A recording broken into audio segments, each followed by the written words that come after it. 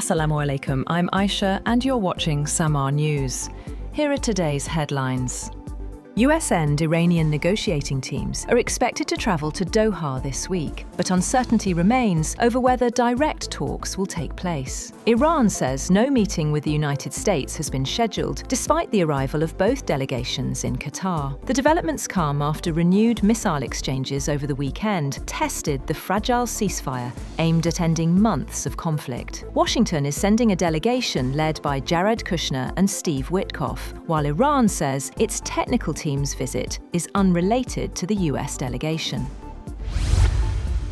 Iranian President Masoud Pezeshkian has said Tehran will remain committed to its Memorandum of Understanding with the United States only if Washington also honors its obligations, warning that Iran's response to threats will be rational but decisive. In a post on X, Pezeshkian said any understanding between Iran and the United States must be based on reciprocity and mutual trust. He said Tehran's approach toward what he called unreasonable rhetoric and baseless threats would be guided by rationality, prudence, and respect for human dignity in decision-making.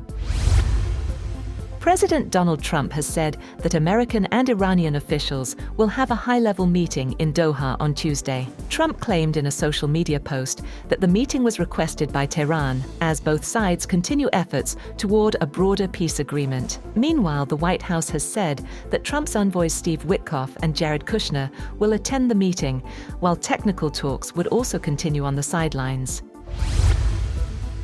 On the other hand, Iran has said that no talks with the United States are scheduled in the coming days. Iran's Foreign Ministry spokesperson Esmail Baghaei said in a statement that his country's technical delegation will visit Qatar this week, but insists that the trip is unrelated to any meeting with US officials. The Iranian embassy in Qatar also confirmed that preparations for any talks with the United States in Doha have not begun.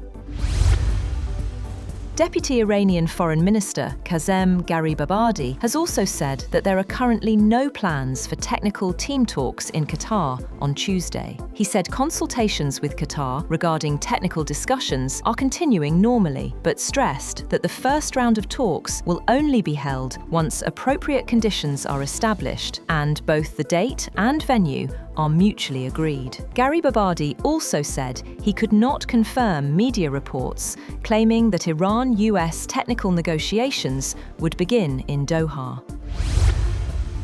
Meanwhile, White House spokesperson Caroline Leavitt has said that President Trump wants the Iran peace process to play out, but warned that violence will be met with violence. Appearing on a news show, she said that any attack on commercial shipping would be met with a military response. She also said that the ceasefire was still in place and that the US wants Iran to sign a good, lasting agreement.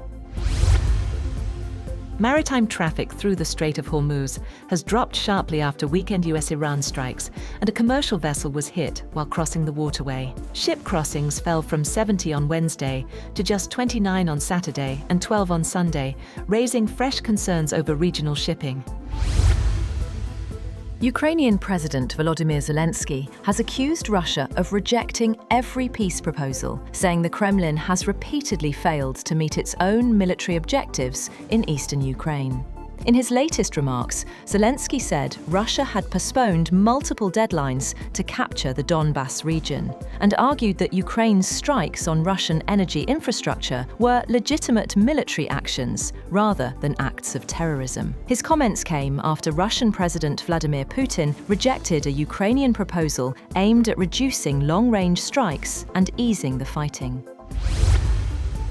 Turkey says NATO is adapting to an evolving global security environment and insists the United States is not preparing to withdraw from the alliance. Speaking ahead of next week's NATO summit in Ankara, Turkish Defense Minister Yasar Güler said the alliance remains united despite ongoing debates over defense spending, burden sharing, and US military deployments. Turkey will host leaders from all 32 NATO member states, along with representatives from Gulf and Asia-Pacific countries, as the alliance seeks to strengthen. Cooperation and regional deterrence.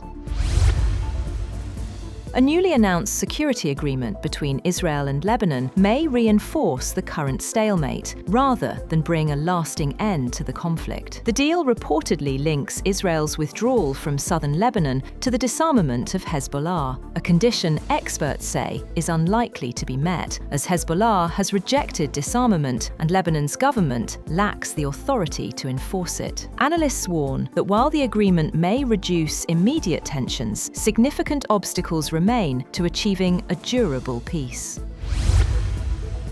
French Prime Minister Sébastien Lecornu has said that he is keeping the country's health emergency response plan at its highest level for the coming days, in view of a possible recurrence of a heatwave episode. France's weather agency has said the extreme heat had now diminished in most parts of the country, though temperatures were likely to rise again towards the end of the week. France has recorded 1,000 excess deaths during the blistering heatwave sweeping Europe, warning that the true figure was likely to be higher. That's all for now.